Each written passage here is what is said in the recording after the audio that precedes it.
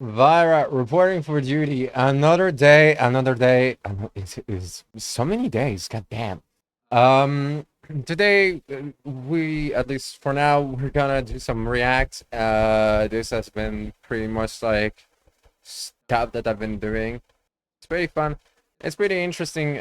Basically, like it allows me to actually like watch YouTube and share with you my exquisite taste on fucked up, uh, fucked up philosophical videos that actually fucking disallow me to sleep when I watch them by myself.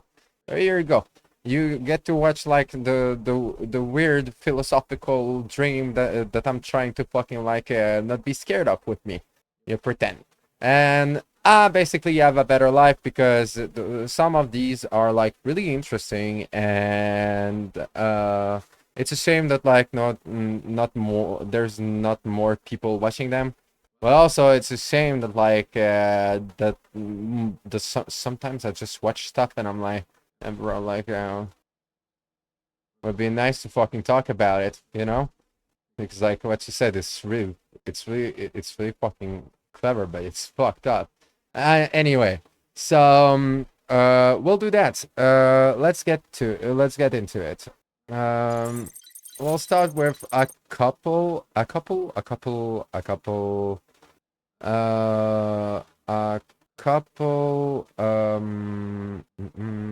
trailers. I want to check out some trailers for anime. They popped up, so why not check it out? So the first one is, may I ask one thing? So this one will be short. I don't know what the fuck it's about. We'll see. I'll tell you, probably a pass, but might as well, you know.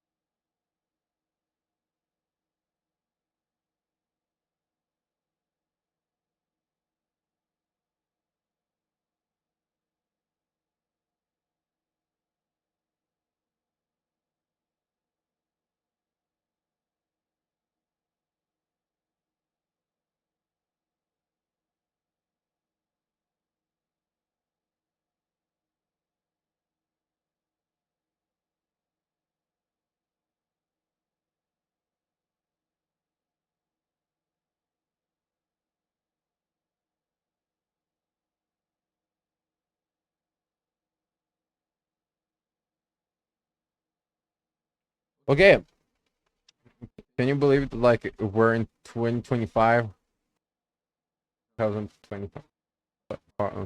Uh, almost.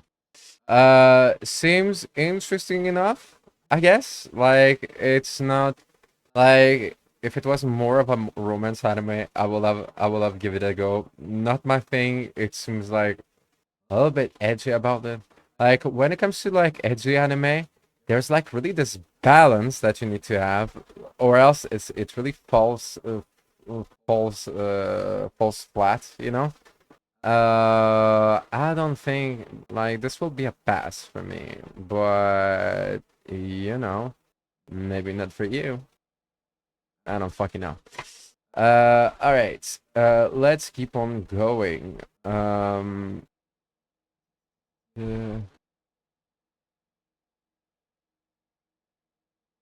um, no, not this one. Wait, by the way, the sound. Hey, Happy Bike, how you doing, bro? My, oh yeah, right. Uh,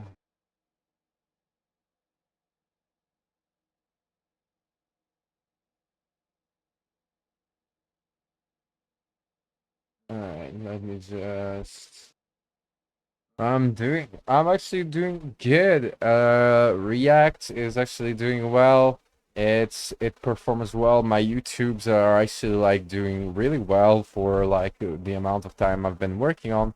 So yeah, so far like streams are like basically like finding people that watch your stream is really difficult in this day and age. Like it's just a matter of like but my YouTubes are actually like fucking popping off, so I'm really happy about that. Like I have like things are going progress, but you need to put the hours, and the hours is like almost every day, working almost every day, you know, following your passion almost every day.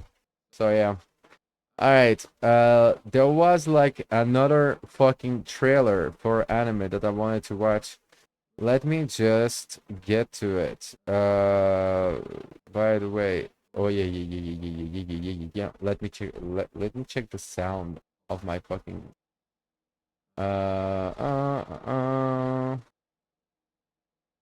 How's your life, Happy Mike? How's your life? How's life been treating you? Okay. Wait. There's no sound at all. What the fuck? No. I need to fucking react to this. What the fuck? Fuck you. Okay, so I need to fucking a good thing I did it right away, browser sound. Oh my fucking fuck you. Where is it? Ask one final thing. Yes. Right.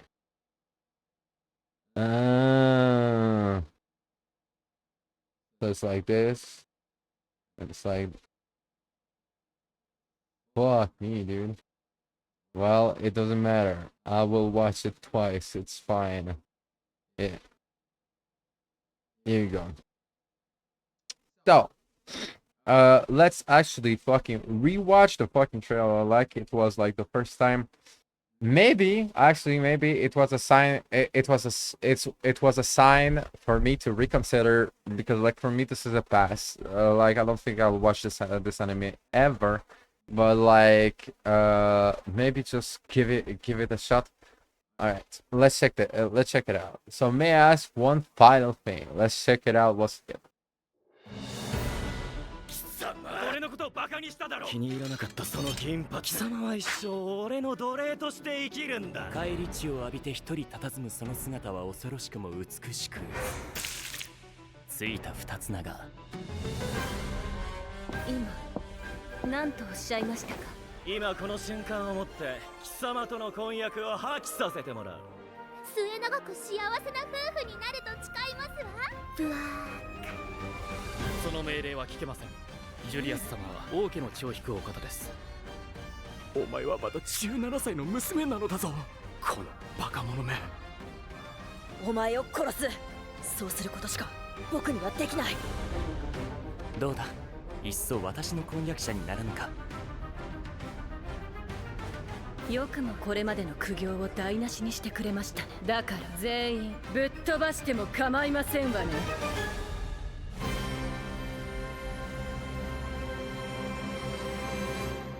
Okay, I must say, after showing like 15 fucking knife people about to get stabbed, the fact that like the last fucking scene of the fucking thing is a girl just like about to punch someone, I find it really funny. It's like, whoa, they've been stabbing each other, and like look, but like the main protagonist, like the girl in red is interesting, but it's still a pass. It is still a pass. Maybe it's for you. I don't fucking know. But like it's a pass for me. All right, let's keep on moving. Okay, so I had like other anime recommendation. Okay, so this is. I cannot believe that I'm actually like doing stuff that like normal people do, because usually like they watch trailers and they don't fucking watch a review of someone being like, yeah, it's worth your time, you know. Let's check out. I'll do it like this.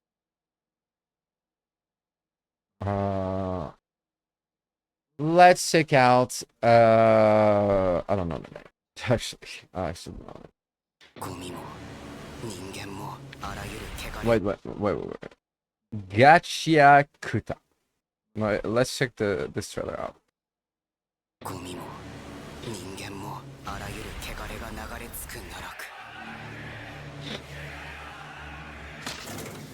Oh. 俺にはまだやらなきゃいけないことがある。掃除屋に入れ。お前は掃除屋に必要な人材だ。この世界のこと全部教えろ。物に命を与え、力を引き出す能力者。ギバー。掃除屋は半獣退治の組織。ギバーが必要ってわけよ。お前の教育係はあのエンジンから任された。私らの仕事しっかり見てな。俺は戻る。天界のクソどもに全部ぶつけてやれ。天界だの下界だのゴミだの俗民だの、お前らの都合で勝手に分別してんじゃねえ。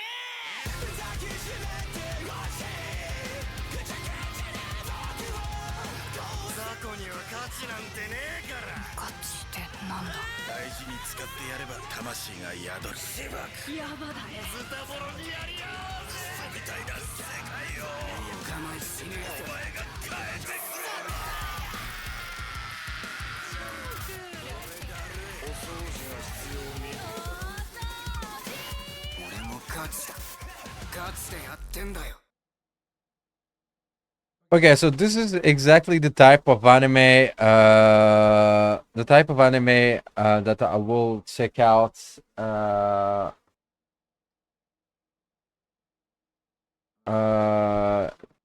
Check out that I'll check out. But like, what's the name of the song? What's the name of the song? I need to fucking check out the name of the song. Where's the name of the song? Yeah, Wolfen Hugs Pale Dust. Okay, there's one thing I keep from the fucking thing. This Pale Dust.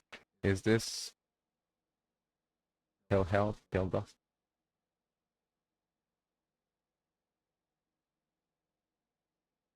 I don't know fucking know. Pale Health, Pale Dust. I'll find it out. Hugs. I'll check it out.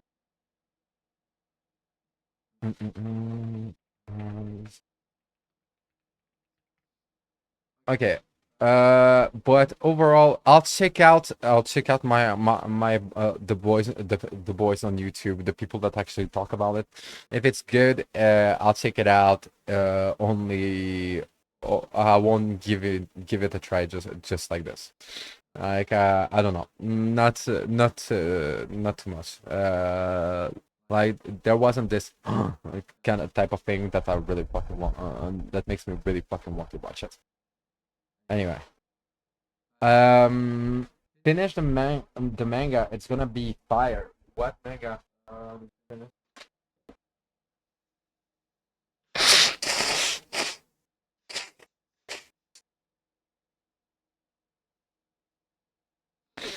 Okay, so oh,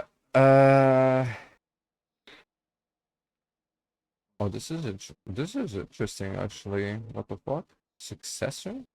Mangaka from mangaka to successor? This is actually from fan to successor, I mean.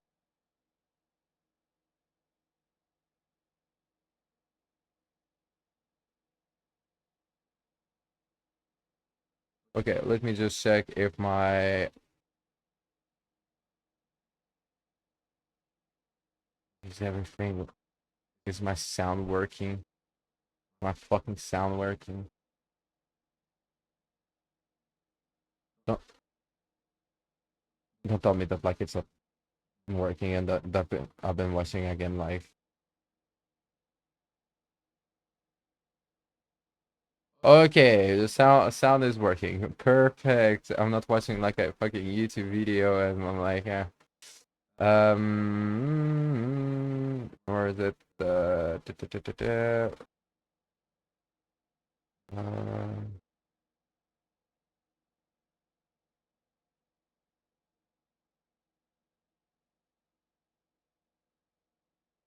Okay, there's a third one that I will like to watch. Let's check this out. This is called Secret of the Silent Witch. Why not? Let me check this out. 我がリビル王国の頂点に立つ魔術師七賢人なのですよ。あなたにしかできない仕事があると思いませんか？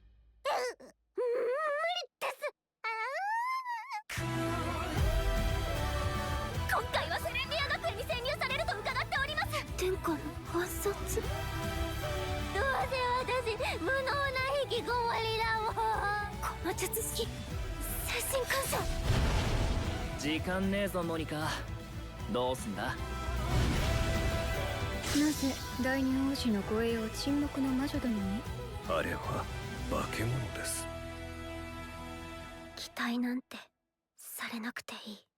友達に親切にするのに理由なんていらないでしょ。貴族にとって芸術はたしなみ。聞いているのかモニカノート。やはり彼女は無害なコリスだよ。私は心に誓ったのです。己の全てを尽くし恩返しをすると。よかったら一緒に乗馬の授業を受けてみない？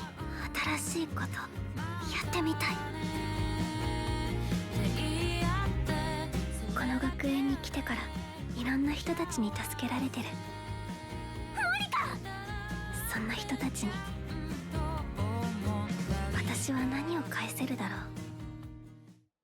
う。 Okay, this one, it gives me like this as the vibe of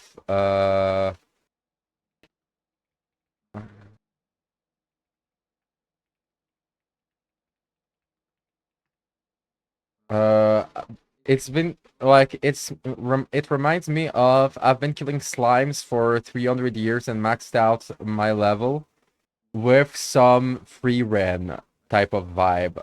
I find it interesting.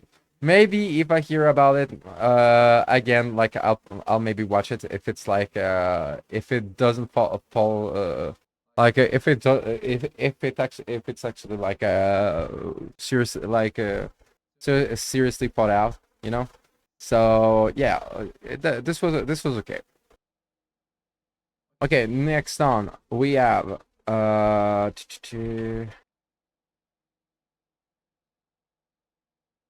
yeah, there's another fucking trailer. Oh my fucking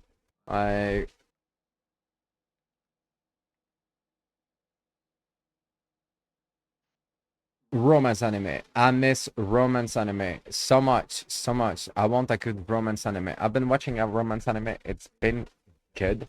Like I want more of that. I don't fucking know, but yeah. Let me just. I don't know how to fucking like. Let me check out. Why am I blurry? Fuck, this fucking camera sometimes just like video capture device. Yeah, if I remove it, it doesn't fucking change it. Wait. If I do this, right, and reactivate it. Perfect. Thank you. I hope it's not the love triangle. Yeah, I actually don't fucking know. Let's check this out. So the name of the anime is I Want to Love You Till Your Dying Day. Okay, let's check this out.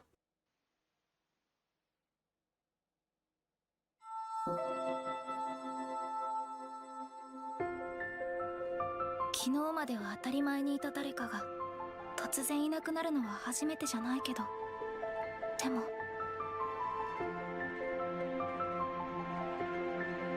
シェイランはシーナと全然違うことを言うんだね。アリを守るために戦うんだから。あなたがもっと弱虫ならよかったのに。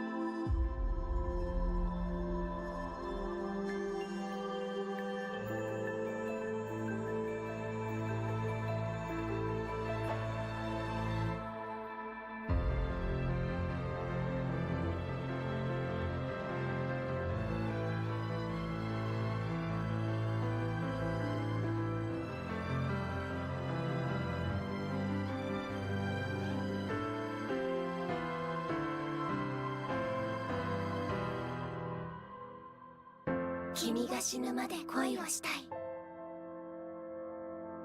ちょうだい。それちょうだい。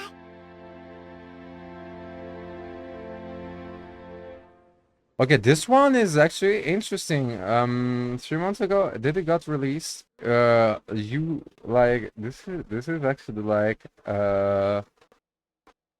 actually interesting, and it's a Yuri anime, I think. Like but there's violence in it. Like it's basically battle mages or something like that. Well, you know what? I will keep this just as I will save this for a maybe. I will save this as a maybe. I'll check out like I'll check out when it releases. It seems interesting, like, and it's like maybe the story is yeah, the animation is great. Yeah, the animation is really like really top. Like this is really good. Yeah, I'll give it a maybe. I'll give it a maybe. I'll give it a maybe. There is like another one. You know what? Fuck it. I'll watch every fucking like I'm in need of fucking like new anime. So yeah. Let's check this one out. So let me just save this for later, because or else my whole like work balance is like destroyed, because like I don't know what the fuck. Like many animes are coming out, like okay, what's this about? Apocalypse world bringer world conquest starts with the civilization of ruin. Okay, let's check this out. Okay, it's an isekai. ここはもしかしてアテ。はい、我が王よ。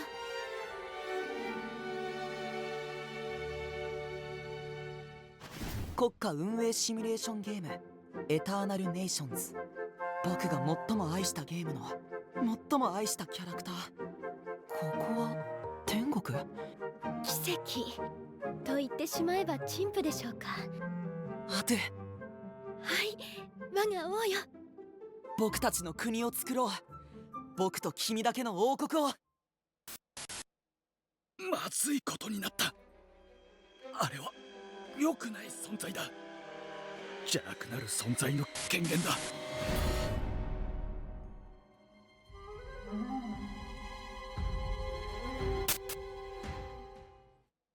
Okay, this is actually interesting. This is actually interesting. I'll keep it as well. I'll keep it as well. So this is my it's an isekai, but yeah, like this one is interesting. I kind of like it. I'll put it here. Like the fact that like the dude is like actually maybe don't build a civilization with this dude in particular is actually like quite interesting. Like the animation looks good, and yeah, like this looks like this looks like actually like interesting. Okay, there's like something that like popped out like 3 weeks ago on my fucking now. Like I am about to fucking it's fine like there is like another fucking trailer, and I'm like, yeah, whatever. I'll fucking watch all these trailers. Fuck it. But yeah, so Apocalypse Bringer Minoga World Conquest starts with the civilization of ruin. This seems actually fucking interesting. Like maybe like just because, and it's just because the dude said maybe not this guy, not this guy, no. Don't build up. Don't do anything with this guy. This dude is fucking. This is fucking dark. You sold. They sold me on that. I'll check it out.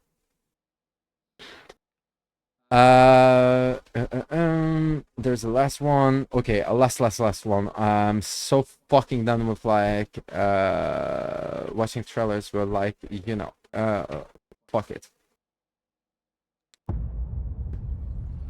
貴様がファイデンの王だな。魔獣をクレバです。答えよ。なぜ我が死を望んだ。獣には理解できまい。Whoa.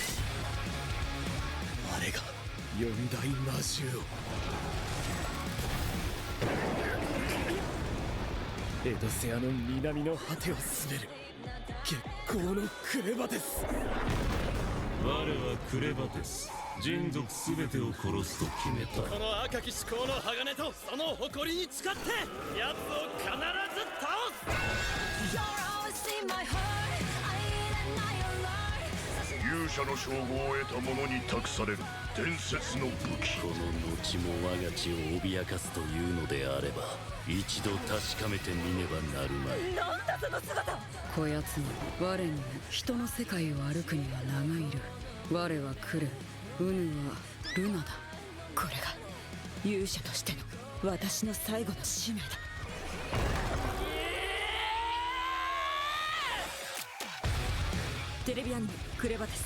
魔獣の王と赤子と屍の勇者。7月より放送開始。ルナのクソは洗い流せたかと聞いている。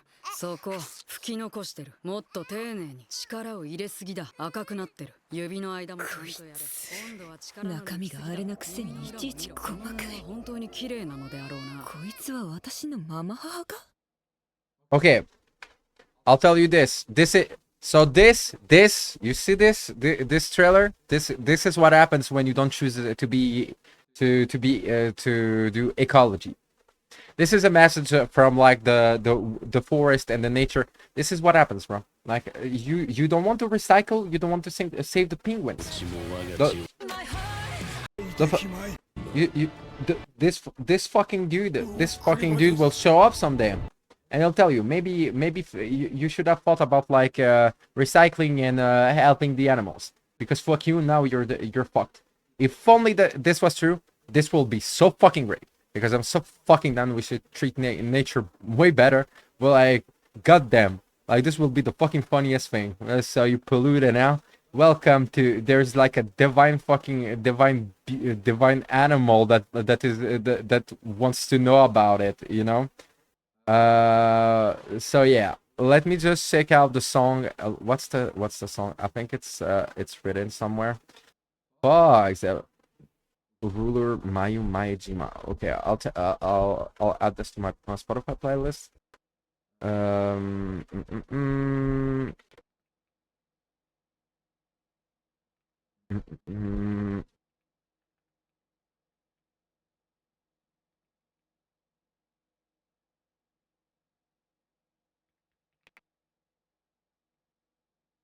Okay, I cannot fucking find the song. I'll fucking like check out here. Okay. Yeah, this sounds interesting. Actually, it doesn't sound interesting. I really like on this one. I'll check out if it actually like trends or not. And if it trends, like maybe I'll check it out. It's a maybe, but it will be really fucking funny if this will happen, if this will happen in real life. No ecology, huh? You choose to fucking like attack the animals. I present to you the fucking like hound of hell, and he come from, and he wants to kill you all because you were not nice enough to the little dogs and the little cats and the little beavers. That's what happens when you're not nice to the beavers. All right. No more trailers for today. Yeah, no more trailers for today. Yeah. Okay.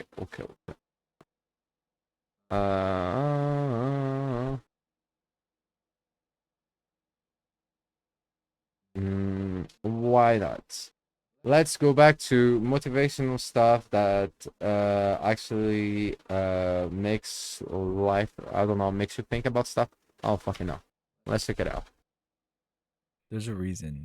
You have big ambitions but feel lazy. Let's check out why the fuck it doesn't have many views. Well, we'll check why the fuck it doesn't have. Maybe it deserves more views. I don't fucking care. But the dude that actually does it is actually cool. Yeah, let's check it out. So many of us say we want more from life, but never really start or follow through. I've caught. You know, I have ambitions to actually get myself something to drink.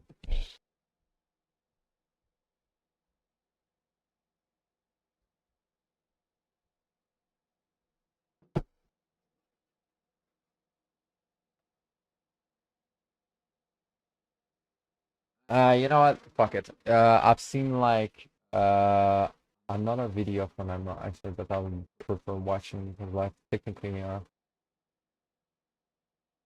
okay, let's yeah, I'll skip this one because I am like I do have ambitions and stuff. I don't care.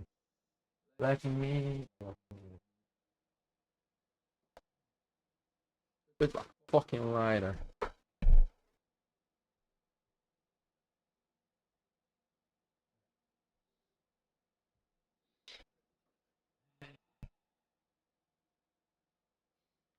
Okay.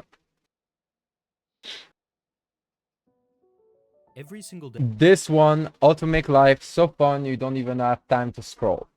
So as someone who actually have time to scroll and have love my life, blah blah something information, it's relatable to me in some way. Here you go. Let's check it out. Maybe I'll discover something. Day is different. Every single day is different. That's a fact. No 2 days are the same. And yet, why do they all start to blur together? Why does it feel like you're living the same day over and over? Looking back, especially during my early high school years, all of my days felt identical. I'd wake up, go to school, come home, maybe do some homework, and then play video games. It wasn't always bad, it was just the same. But since then, things have changed. Nowadays, most of my days genuinely feel like 10 out of 10. And honestly, it all started with one game, Breath of the Wild. I can't fully describe how magical and awe-inspiring it was to play it for the first time. I'd never played an open world game before. I was used to linear games that pushed you from point A to point B. But Breath of the Wild flipped everything I knew upside down. You wake up as Link after a 100-year slumber. You step outside and this massive world just stretches out in front of you. You quickly realize you're stuck on a high plateau with no way. I don't know. I will just post for break. I'll just say it. If you never played Breath of the Wild or Tears of the Kingdom, play it. It's worth it's worth buying a Switch just for these two games. I swear to you. It is that good. Way down. Luckily, a mysterious old man offers you his paraglider, but only if you can complete 4 shrines. So you do, but here's the thing. Unlike basically every other tutorial in a game, Breath of the Wild... By the way, Bike, you were there when I was playing Breath of the Wild. I remember, like, these were like a long time ago. Like when I was a little Twitch streamer, when I was just like commencing my journey. God damn. The Wild doesn't shove you through a checklist. It doesn't hold your hand, it doesn't funnel you in a straight line. It gives you the basics and then lets you go. You can climb trees, sneak into monster camps, use logs as bridges or as boats, use fire to explode enemies, or even push boulders and send them tumbling into enemy camps. There's so much to do, so much to see, so much to explore. The game doesn't explain everything, it lets you figure things out. An obvious example of this is the shrine in the snow area. At first, I kept losing health due to the cold weather, but then I found some spicy peppers near a monster camp. I cooked them and suddenly I had a dish that kept me warm. The game never told me to do that. It simply lets you find the pieces of the puzzle and put them together yourself. The fascinating thing is, there's usually no right answer, but several different ways you can accomplish things. The way the game is designed encourages players to explore and experiment. Like, every time I climbed a hill in the game, I saw 3 new locations in the distance I wanted to explore. And once I got to one of them, I saw 3 more. The developers engineered the game in such a way so that the landscape was always opening up new locations for you to discover, but not so many that it felt overwhelming. That constant feeling of wonder, of curiosity pulling you forward, that's what made the game feel so alive. That's why playing this game always felt like a 10 out of 10 experience for me. Yeah, and to be honest, like the game itself really wasn't tiring when it comes to seeing this faraway place that you want to explore, and actually going into this adventure of going there. You know, like this is one of the things that Breath of the Wild really did well, where it's like you want to explore this faraway place. Well, you can, and it's not annoying. It's not like tiring. It's not like it is a journey, and this is something that they really did well. And by the time you're there, you will live like a couple adventures because you discovered a new camp or a new village and it's really fucking cool.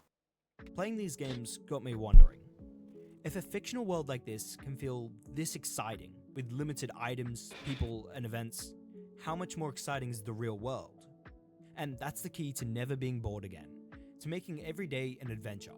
You simply stay curious, in an almost childlike, passionate way. That's what I started doing. Instead of zoning out of school, I got genuinely interested. I was always the kind of kid to never question anything or raise my hand in class. But math got way more fun when I started tackling hard questions and connecting what I learned to other topics. And then they tell you that like fucking video games ruins people's life. Here's the fucking perfect example that we as gamers, you know, like as people as fan of fantasies and dreamers, you can call us, you know. Like here's the perfect fucking example. Like here's the fucking example of a video game made the life of someone better. Stop being intolerant about video games. This man just out of like the name of the video is how to make life so fun you don't even have the time to scroll, right? Have time to scroll. This dude went to a fucking like did a metaphor and explained his life story, right? Explaining basically that like Breath of the Wild made his life better. Like that's why stop being intolerant about like video games ruining people's life. Video games, you do not understand them. You do not understand what it brings to people, how much creativity it is, and you don't understand that like if you like how much the world is like a dark place to a lot of people that are not as fucking like as fucking brave as other generations, or there are just like people that are just scared of this world, and then they discover another world and it helps them fucking deal with this world. So yeah, thank you so much for like giving me like this is the perfect example a video game actually improved my life. So yeah, anyway, conversations became way more enjoyable when people talked about something I didn't know, because I got to learn. I was genuinely interested in what they had to say. Even the walk home became an adventure when I chose to take a different route, or stop by a park, library, or shop I'd never entered before.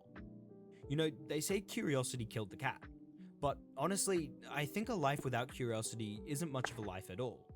Because when you're that is absolutely true. Like curiosity and a life without curiosity and without fantasy, without love, you know, like fuck the people who tell you that like these are like it's so much more beautiful to dream of colorful, you know. When you're learning something new every day, something which interests you, that's when the day stops blending into the others and starts standing out. That's why I'll always choose the cat that got killed by curiosity over the cat that never left home. Because the risk of curiosity is far better than the safety of boredom. But being curious doesn't just make every single day better. The more you explore, the more you learn about the world, Then the more you start to learn about yourself, you begin to discover what lights you up and what doesn't. So it might sound crazy, but live your life like you're playing Breath of the Wild. Follow the breadcrumb trail, just like how playing Breath of the Wild leads you on a journey of curiosity, from one discovery to the next. Follow the discoveries. This is such an adorable way to say it. I really like the way he compares it. I really love the energy of this guy. In real life, from one interesting thing to another. For example, recently there was a guy hanging around this running club I go to. I'd never seen him before, and I wondered why he was there. I'm not one to go up to strangers and make small talk, but I was curious. I asked if he wanted to join us. He did, and we ended up running together. Now we're friends. While he talked, I found out he really enjoys walking. Like, he walks entire marathons. Before that day, I didn't even realize that was something people actually did for fun, let alone felt passionate about. And that's what's funny. He didn't realize running could be fun either, or that someone could be so passionate about it like me. That one moment, that tiny spark of curiosity, turned into something meaningful. And that's what it's really about, following the trail. Not because you know where it's going, but because something about it pulls you in. So I want you to try something. Be curious today, even if it's just once. It could be a topic in a conversation, a route you've never taken, a hobby you've never tried. Whatever it is, follow the spark. And I'll add to that because, well, I've done a lot of things in my life. I pretty much like experienced life and do fucking like I went hardcore in it, right? Start small. Like his advice is really good.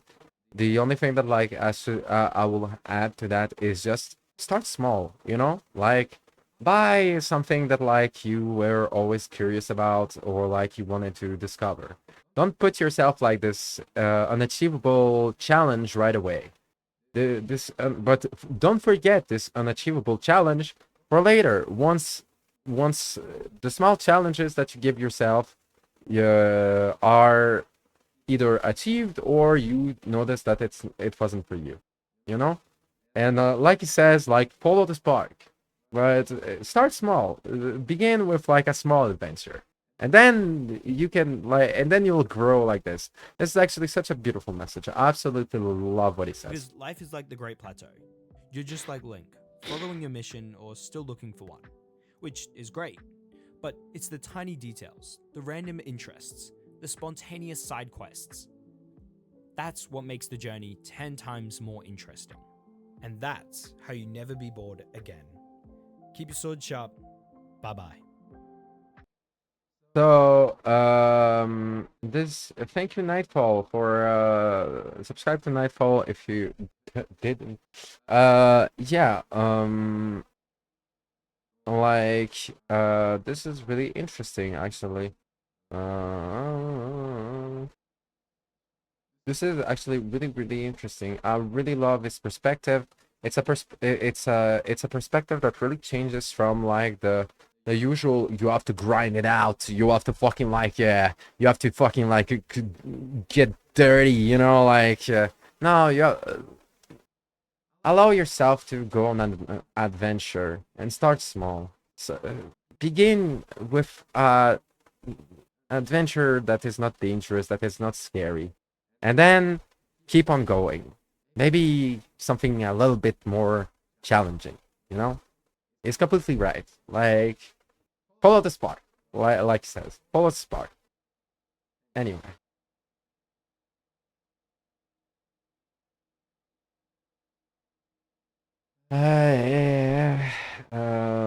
Let's keep going.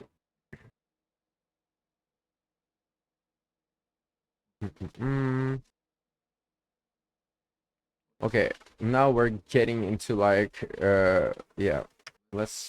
The horrific price of creativity. The horrific price of creativity. I am someone creative, so I'm actually into this stuff.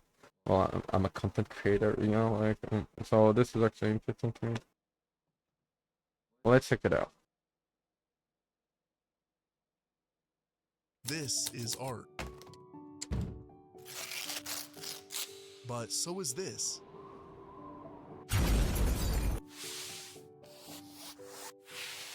Art Art is a kaleidoscope of perceptions, and the lives of artists are even more multifaceted. Recently, I watched the theatrical adaptation of Look Back by manga visionary Tatsuki Fujimoto. Hailed as one of the finest anime adaptations in recent years, Look Back was nothing short of a gut-punching experience. I'll admit, my knowledge of Fujimoto's work is pretty surface level, mostly shaped by the chaos and carnage of... So stepping into the theater expecting something similar, only to be met with...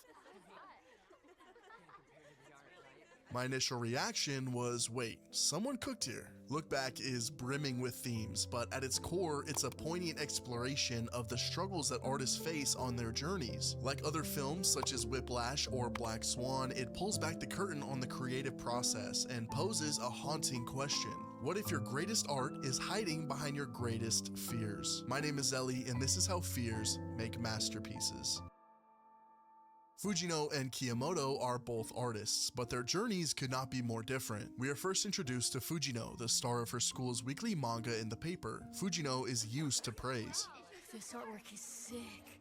She's intelligent, athletic, but most of all, she's an artist. She is seen with a sense of unmatched poise as she's praised by her fellow students. However, her confidence is put to the test as she's asked to relieve a set of her panels to Kiyomoto, a reclusive student whose social anxiety prevents her from attending class. She accepts. This gesture of goodwill is backhanded, as Fujino assumes that her art will undoubtedly outshine Kiyomoto's. When the issue is published, Fujino's world collapses. Kiyomoto's art is leagues ahead. It's refined and mature. For the first time, Fujino is faced with the painful realization that she's not as exceptional as she thought. Seeing them next to each other, Fujino's strip looks kind of mid. This As an artist, there is like so I write music, okay? I write music, and other than that, no, that's pretty much it. I write music.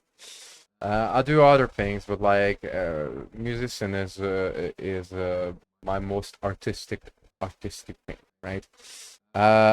When this happens, and like the advice is actually to never compare your arts to other arts, but to try to be inspired by them.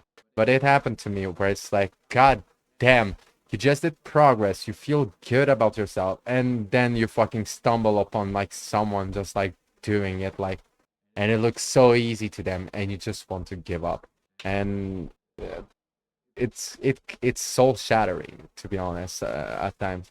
But then you learn to get used to it, and you learn to just like go on with your own path, you know.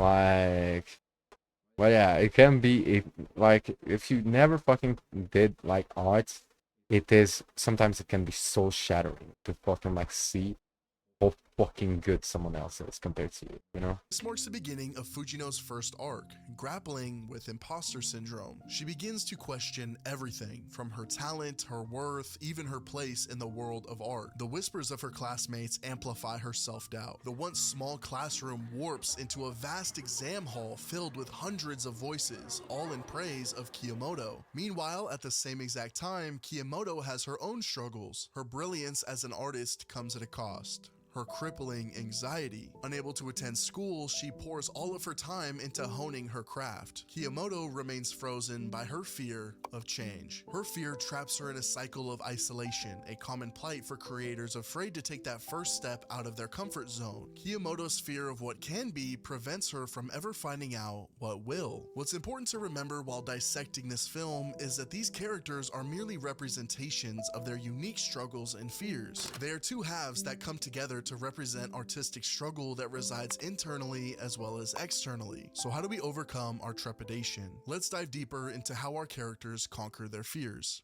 Fujino and Kiyomoto's relationship evolves throughout the film, showing how they overcome their fears together. Fujino wrestles with her fear of inadequacy and feeling outclassed by others, while Kiyomoto struggles with the fear of change. Fujino's struggles begin just 10 minutes into the film. After Kiyomoto's first entry into the school paper, Fujino's fears take a form that we've seen before: total obsession. Seasons come and go as she relentlessly works to surpass her one-sided rival, but her pursuit of perfection spirals into to isolation and frustration. This unrelenting descent into obsession mirrors the journey of Andrew in Damien Chazelle's Whiplash. Both characters cut themselves off from anything unrelated to their goals, sacrificing relationships. This is why I don't think that we should be together.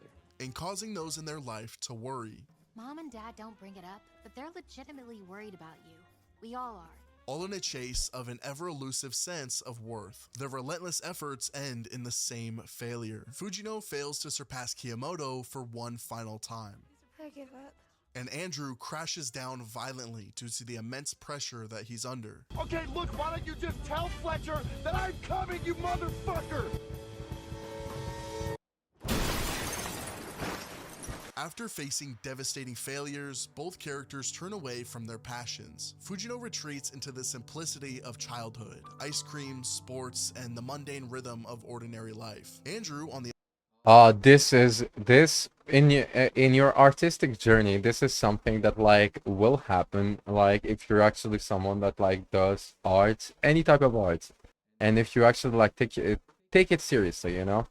And this is such a great moment because you notice that the chains that are holding you, well, you are the one actually holding these chains, and you go back to your life doing fucking nothing, you know, like going to your worthless, useless, adorable yourself, you know, and you rediscover all these joys without this fucking like without this damn this timer, you know, this timer, these obligations, these challenges, these objectives, and you just get to fucking enjoy life once again without the chains that you were yourself holding. But when you were like putting all your energy into your arts, into your craft, you the perception was completely opposite. It felt like you were chained to this art. And this is something really interesting that like I experienced. It's like for like people who do art like this, like you can ask you can find like a good artist and you can ask them how many times did they fucking like just gave up on their instrument or on their band, and they'll tell you a couple. And it's like everyone does it, and it's so liberating. And then you notice, like, usually if it's something that you want to come back to, you know, like for me, guitar, like and songwriting is something that I will always come back to. And I know that like for now I just like I said, I fucking tossed it out. I fucking abandoned this side of this side of my journey. I still have like my work and stuff, but it's not for me, not for me now. It's for me later. But it's an interesting take, you know, like what he says is it's actually true, and it happens to so many artists. And then it's kind of like a trial by fire, you know, where like you get to ask yourself the question, is it really for me? But only after this burnout, you know, only after you fucking like change your life to make it something around like your passion, and then give up on your passion. And at this moment, this is the moment where you ask yourself, is this really for me? Is this really what I want to fucking keep doing? And this is a good test, you know. On the other hand, picks up the pieces by leaving his father's house and finding solace in the quiet grind of a coffee shop. These two once burning souls who lived and breathed their crafts now exist in complete sobriety from the very things that define them. And yet, their path to resolution mirrors each other in poignant ways. As the school year ends, Fujino is tasked with delivering Kiyomoto's diploma, marking the first step in a journey that will profoundly reshape her understanding of art and herself. When Fujino enters Kiyomoto's eerily quiet home, she's overwhelmed by the sheer dedication on display. Mountains of sketchbooks line the walls, each one a silent testament to Kiyomoto's relentless practice. Amidst the stillness, Fujino discovers an empty manga strip, a fragile spark that reignites her dormant passion. In a twist of fate, the panel slips under Kiyomoto's door, prompting an emotional chase. Fujino tries to flee, but Kiyomoto catches up to her and delivers a stunning revelation. She has always been Fujino's biggest biggest fan. The one person Fujino believed had trampled her ambitions turned out to be her greatest supporter. This moment of clarity mirrors Andrew's arc in Whiplash, where the teacher who seemingly breaks him is also the one who pushes him towards his most transcendent performance. For both Fujino and Andrew, these pivotal revelations force them to confront the fears that have held them back: failure, inadequacy, and the vulnerability of striving for greatness. Fujino and Kiyomoto decide to collaborate on a manga contest, unknowingly jump-starting their journey to heal and grow together. Similarly, Andrew's journey culminates in a triumphant yet harrowing performance where he embraces the very thing that devastated him, allowing him to reach the heights that he so desperately desired. Fujino and Kiyomoto's partnership in the manga competition becomes the turning point. As they work tirelessly on their entry medal parade, Fujino's worries begin to fade. Together, they create something greater than either could achieve alone. Fujino learns to embrace her unique strengths as a storyteller, realizing that while her art might not rival others, her ability to create compelling worlds and characters sets her apart. She is able to shed this fear of imperfection and shortcoming through the realization that she doesn't have to be the best at everything. She doesn't have to be the sole recipient of praise or be able to triumph over every challenger. She just has to be herself and utilize her strengths and what makes her special to achieve great things without the need to vilify others as motivation. She overcomes the fear of inadequacy through the acceptance of her own shortcomings alongside a renewed confidence in her innate talents. In the end, this allowed her to become an even better artist through her charismatic leadership and boundless vision. This realization is crystallized during a poignant moment. On a bitterly cold winter night, Fujino and Kiyomoto step into a convenience store, eager to find out who won the manga competition. Flipping through the vibrant, colorful pages of the latest shonen magazine, their eyes widen with excitement as they discover the announcement. They've won the competition they poured their hearts into. The air inside the convenience store buzzes with their joy. The grand prize, a total of 300,000 yen, roughly 2,000 USD, feels like more than just money. It's a symbol of their hard work and dedication. For Fujino, this moment serves as a satisfying conclusion to her current journey, while for Kiyomoto, it marks the beginning of a new chapter filled with promise and possibility. Fujino offers to bring Kiyomoto out for a day in the city. They eat crepes, watch a movie, go to the bookstore, and at the end of it, share a train ride back to their town. One of the best aspects of art is its ability to bring people together. All throughout the film, there's a visual motif of the two characters holding hands to signify their attachment towards each other. We first see this during the day trip in the city. Kiyomoto's assumedly first time out with friends ever. Through their art, Kiyomoto has now made a lifelong friend, someone who complements her weaknesses with strengths of her own. Their friendship allows Kiyomoto to break out of her shell. She follows Fujino into the world, learning how to draw beaches from feeling the waves at her feet and mastering perspective by witnessing the scale of the Tokyo Tower. She is able to apply all of her experiences into her artwork, experiences that would have never come to fruition without Fujino to lead her there. More specifically, we see Kiyomoto grow and flourish out of her timid, repressed state of being. She is ready to begin her own life, facing her own challenges and fighting her own battles. But in order to chase this new aspiration, she must overcome one final fear.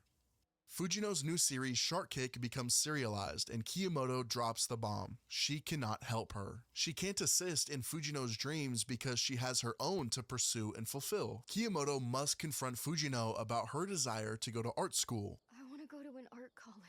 Which means an unfathomable amount of human interaction, trials and tribulations, and the inability to revert back to her old ways. Fujino erupts, spewing acidic speech at her, trampling on her aspirations, becoming the very antagonist that attempted to sway her when she was a child. Through it all, Kiyomoto holds firm, cementing the change that she has gone through. She is no longer stunted by fear. I just want to be a better artist.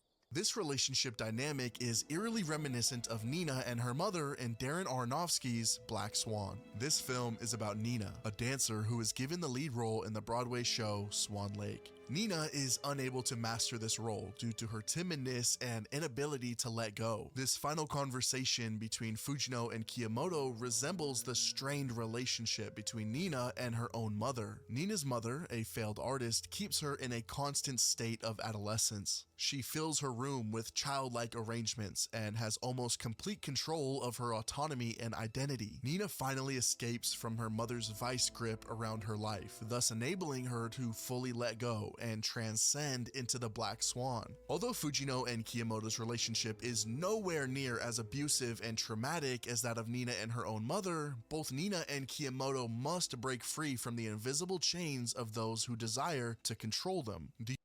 Yeah, but sometimes it can be as violent to have certain conversations or having certain conflicts with someone, even if it's not like something that like is there is if it happens only like a couple times, you know. Sometimes just a couple conversations just like fucking break your heart and fucking change you forever, because it comes from a place, because like compared to in this example, the two characters in Black Swan, they are not friends, they are not like lovers, they are not like they are acquaintances, they are family, right? But like when it comes from a place of love, you know, when it's your friend that fucking tells you that, like he explains in this situation, it can be so much more heartbreaking and so much more painful, you know? Do you remember the hand-holding motif? Well, prior to this conversation, we see Kiyomoto's grip finally and fully release from that of Fujino, signifying her detachment from Fujino's lead, but also from her fears that have held her back for so long. Fujino downplays this revelation, claiming that she can simply hire assistants in order to replace Kiyomoto, the same way Nina's mother begins to stonewall her after finally breaking her chains. Why didn't you wake me up? I'm moving out. This reaction from Fujino is really surprising. The volatility that she expresses is not a result of animosity or abusive control, but rather a verbal manifestation of Fujino's fears bubbling back up to the surface. Kiyomoto is the sole reason why she started art again. She has been foundational to her own success, and without her, then who knows where she would have been. Fujino in that moment begins to spiral. She bargains with Kiyomoto to maintain the status quo. Kiyomoto holds firm, unwavering against Fujino's barrage of deterrence. She enrolls into art school and begins her studies to become a better artist. For Kiyomoto, she has finally overcome her fears. Fujino begins the serialization for her manga Shark Kick. The claims that she can replace Kiyomoto are easily dismissed. I don't think it's working out. Can we pivot to anyone else? I definitely need more assistance. Despite being more than 10 volumes deep into her manga, she still struggles to find worthy assistants that can fill the crater of Kiyomoto's absence. The two characters seemingly have everything that they could have wished for, but all good things must come to an end. As Fujino tirelessly slaves over her drawing tablet, her work is interrupted by breaking news on TV. Reports of an axe-wielding maniac at Kiyomoto's school wring Fujino to her core. As she calls Kiyomoto's phone that returns nothing but an endless ring, she clings to any semblance of hope. It proves to be in vain, as she begins to receive an incoming call from her mother, confirming that Kiyomoto was slain during the attack. Fujino struggles with the loss of her best friend. After the funeral, Fujino returns to Kiyomoto's home. Sketchbooks and art supplies still littered all throughout the house. As she continues towards her old room, she finds the original manga strip that served as the catalyst for their introduction. She completely breaks down. She's reminded of her influence on Kiyomoto's life and begins to feel guilt for what happened. She goes on to say, Kiyomoto is dead. And it's all because of me. As jarring as this scene is, I could not disagree more. It's not that without Fujino, Kiyomoto wouldn't have died, but rather without Fujino's influence, Kiyomoto would have never truly lived. As she struggles with grief, she finds a 4-panel manga strip. This is actually so beautiful and true. And some people actually help other people this way, you know? And usually they're too innocent to notice how much whole life changing they were to the shy boy or the shy girl that never fucking never well in this video it's even like the example is even better with this video, but like there are like some people around that helps the shy boy, the insecure girl, you know, to step outside, to go outside, discover the world, you know, because they never notice how much they fucking like saved the life of this person, you know. And they will never know because they're so innocent, because they're just nice people. you know? Strip drawn by Kiyomoto at some point. The panels tell a story eerily reminiscent of the events that transpired. Fujino storms into Kiyomoto's room and sees volumes of Shark Kick in abundance, posters on the wall, and an empty Shonen Jump survey that will never be filled. Fujino turns around and sees the very coat that she signed when they first met is still hung up on the door, a testament to how much Kiyomoto truly admired her best friend. The story ends on a somber question. Why do you draw? Following the loss of Kiyomoto, Fujino now must ask herself that question once again, and finally overcome the fear that has followed her for so long. At first, Fujino is consumed by a fierce drive to compete with Kiyomoto, a rival whose art feels leagues ahead of her own. Everything changes after Kiyomoto's tragic death. In revisiting their shared past, Fujino begins to see their connection in a new light. She realizes how deeply Kiyomoto's artistry and encouragement had shaped her own creative journey. This realization shifts something within her. The insecurities that once festered inside dissipate. Her fear of inadequacy transforms into somber determination. She returns to work, taping Kiyomoto's panels to the window to serve as an unending sense of purpose. Now having a new answer to the question, why do you draw? Look Back and other stories in the same vein all share one lesson. Beyond your fears lies the art that will define you, waiting patiently for your courage. Like Fujino, Kiyomoto, Andrew, or Nina, you have the ability to overcome the hurdles that hold you back. You have the ability to become a great artist, chef, musician, entertainer, communicator, teacher, and everything in between. All that awaits is for you to take the first step. Keep your head held high, and most importantly, don't look back. Thank you so much for sticking around to the end. This was a great video. I really liked it. I just need to check one thing because he said it, but he didn't said it exactly clearly. Uh,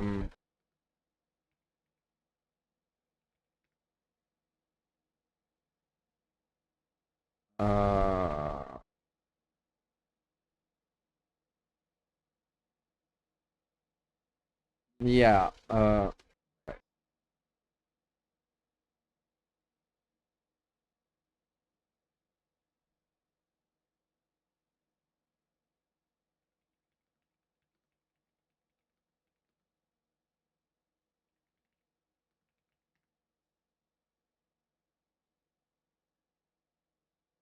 Yeah, so Look Back is actually produced by like the mangaka of Look Back is actually the dude that did Chainsaw Man.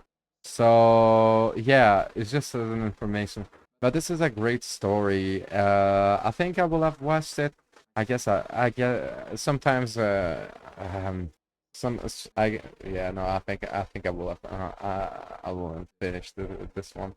But yeah, this is a great way to talk about art, and I think that like maybe the content creator, but also the artist, like they both talk about talk about something that is true and that is really like dear to me. The difficulty of like actually proving something to yourself while you think that you are trying to prove something to the world. I'll stay at that. I think it's beautiful enough. All right.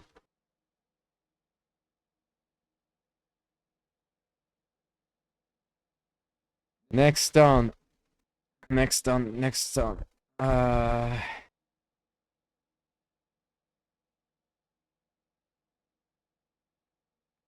The manga that betrayed us all. Let's check it out.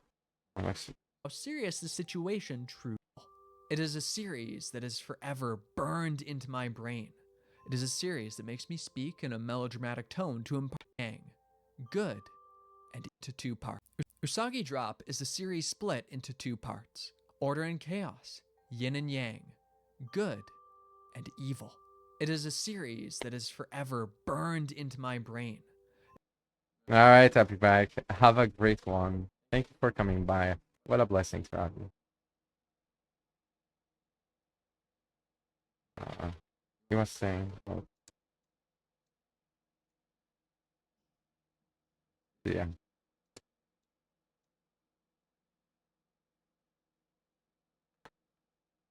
Okay, so the manga that betrayed us all, Usagi Drop. Let's check this out. Usagi Drop is a series split into two parts: Order and Chaos, Yin and Yang, Good and Evil. It is a series that is forever burned into my brain. It is a series that makes me speak in a melodramatic tone to impart upon you how serious the situation truly is. It is a series that betrayed me. It is a series that betrayed us all. The first half of Usagi Drop is an absolutely lovely slice-of-life story about a 30-year-old man named Daikichi. When his grandpa dies, he leaves behind an illegitimate daughter named Rin. While the rest of the family views her coldly, as little more than a burden who's been thrust upon them, Daikichi steps up to the task and takes her in. From here, we follow Daikichi's journey to becoming a good father. Of course, this means that his relationship with Rin is at the core of the series, as we explore the knee-jerk decision to take her in that quickly consumes his life. He learns all about the aspects of parenting he's never even considered, and just how out of his depth he truly is. He realizes that there's a lot more to even simple things like finding a daycare than he'd initially expected. That he's going to need to make sacrifices at work with his social groups, and yet he still makes mistakes and needs to learn from them. These decisions also aren't glossed over. No, when Daikichi has to take on less responsibilities at work, he has to stand back and listen while others berate him, and has to deal with employees who don't understand a thing about how busy he's gotten. Overall, it's clear that, no matter what choice he makes, there will be sacrifices. He can't both maintain the status quo of his life and raise a child properly. As such, he even worries that this sacrifice could be too much, or that he'll be made into a sacrifice himself, as in he will cast aside other wants in his life and ultimately regret his choice to be a parent in some way. However, despite what first seems like a lonely existence cut off from his prior relationships, he finds new points of connection. He asks his colleagues for advice and he meets with other parents. Throughout it all, he fumbles and makes mistakes, but he always does his best to improve until eventually, he's just a good dad. It's by no means a unique arc, but it's extremely well handled. And to me, that's because of the level of detail and because of Rin herself. I already mentioned the daycare, but there are many moments like that pop up. Little excursions to buy clothes or school supplies, Daikichi finding that people treat him differently, both in minor and relatively major ways, and Daikichi dealing with a child who had their primary caregiver die.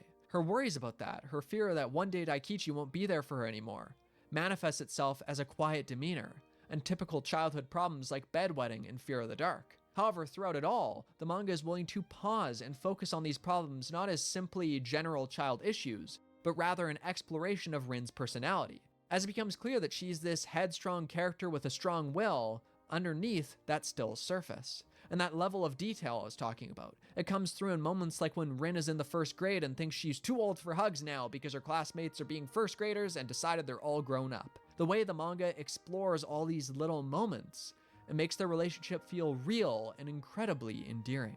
Actually, I want to focus more on that bedwetting thing I mentioned earlier, because it's a great example of how this manga takes typical childhood behavior but explores it in a really real way. See, at this point, Rin isn't wetting the bed in her sleep. She's just scared of the dark and can't bring herself to go alone. However, she also doesn't want to wake Daikichi. To me, wrapped up in all this, there's a little girl who already lost one father figure and is afraid that she'll make a wrong move, that her new place in this world is flimsy and that all it will take is being a bit too much of a burden and her new guardian will reject her. And why wouldn't that be the case? She doesn't know this guy all that well. He doesn't know her.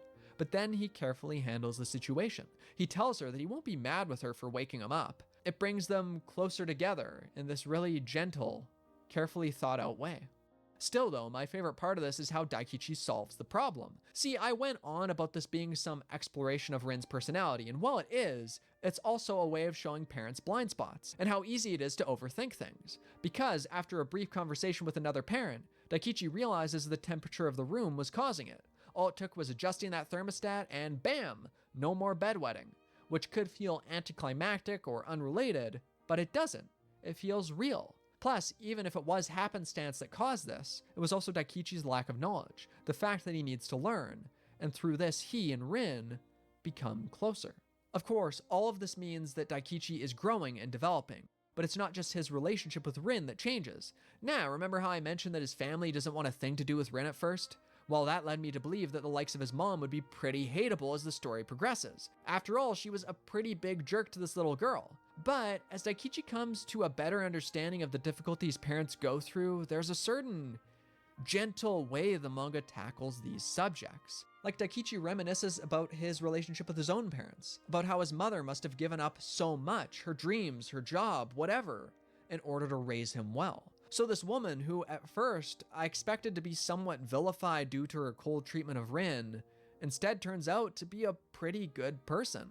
She even slowly warms up to her and helps Rin feel more comfortable with her family unit, and is super excited to spend more time with her granddaughter in the future. To me, the story has this understanding that yes, she could have been nicer to Rin from the get-go, but this also wasn't some small decision.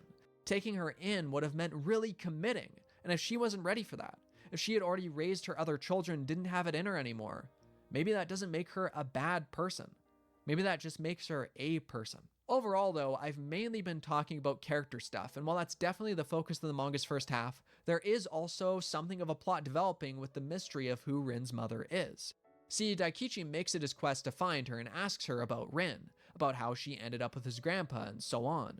At first he views this as being for Rin, but he eventually realizes something. Maybe this isn't what she really needs right now. Maybe he's doing this more to satisfy his own curiosity than anything else. After all, while he spends time looking for her, he sometimes neglects Rin.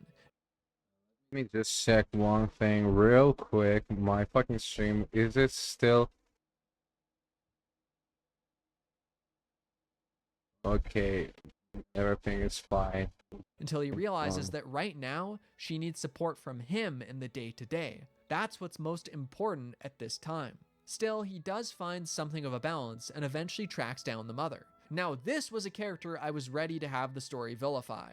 I mean, Daikichi for one is not happy with her, which I can understand. This is basically his kid now, and it's easy to imagine why the idea of someone giving her up would initially upset him. But once again, the manga surprised me with its gentleness, because we learn that this woman didn't keep Rin because she had a dream she wanted to pursue, to be a manga artist, and she realized she wouldn't be able to properly take care of her daughter and do that at the same time. So she made a choice. Right away, there's a meta component to this that I really like. Since she's a manga artist and I'm reading a manga, the respect for this craft is clear. What some might view as simple entertainment is clearly being given priority as someone's genuine desire in life. On top Yeah, because so there's something to understand that, like, if you want to really become a manga artist, it takes everything of your life. Like, it's kind of like it takes so much time, especially in Japan. Like, it's a work, it's job, it's a passion that is just like just will steal your life away. And this is why, like, it's actually like, maybe it's not, it doesn't look as like, it doesn't look as such a reasonable explanation, right? But in Japan it actually is, because like some careers in Japan are actually so fucking like demanding that, yeah, you need to, that this is an actual reasonable choice, you know? It's not even, without even being mean or anything. On top of that, we also see how she comes across as a bit childish and immature at times, as someone who still has plenty of her own growing up to do. A villain, she is not. A bad person, she is not. Once again, she's just a person. Regardless of Daikichi being upset with her, the manga frames her in an incredibly empathetic way. Because of that, because of the way the story continually frames its characters in an empathetic way, it's just so comfy and enjoyable. However, I still haven't even mentioned one of the highlights: Daikichi's slowly developing romance with Yukari, a single mother he grows closer with. Her child Koki and Rin quickly hit it off, becoming close friends. Despite Koki's rebellious nature, Rin is able to reel him in. Meanwhile, as Koki and Rin spend more time together, so do Yukari and Daikichi, and Yukari consistently brings out the best in him. His willingness to learn and his care not only for Rin, but for others in general, it's revealed more and more as they spend this time together. Plus, their inherent point of connection as single parents struggling to juggle all their responsibilities, it just made it easy to see where this might go, and they had a ton of great chemistry. One of my favorite moments between them, and really one of my favorite moments in the whole manga, is here, where Daikichi is talking with a group of parents. At this point, he makes it clear that he feels like something of an imposter, who's going through the motions of being a parent, but isn't giving up quite enough and still can't manage without time to himself. However, the other parents, including Yukari, get a good laugh out of this. Of course they still need time to themselves. How couldn't they? Sure, they're parents, but that's not all they are. They're still people. This way, Yukari and these others help Daikichi pierce through the certain mystical impression he's had of parents, help him understand that there are points of connection between all of them, and that he's not an imposter just because he makes mistakes or wants time to himself. That's okay. That's normal. We're all just doing the best we can. And after all this, after watching Daikichi change, watching him grow closer to Yukari and other parents, watching him learn and his relationship with Rin develop, we land on the final page of part 1. Finally, Daikichi realizes that his hope has come true. This doesn't feel like a sacrifice. He's happy to be a parent. He wouldn't give this up. And he loves his daughter so much.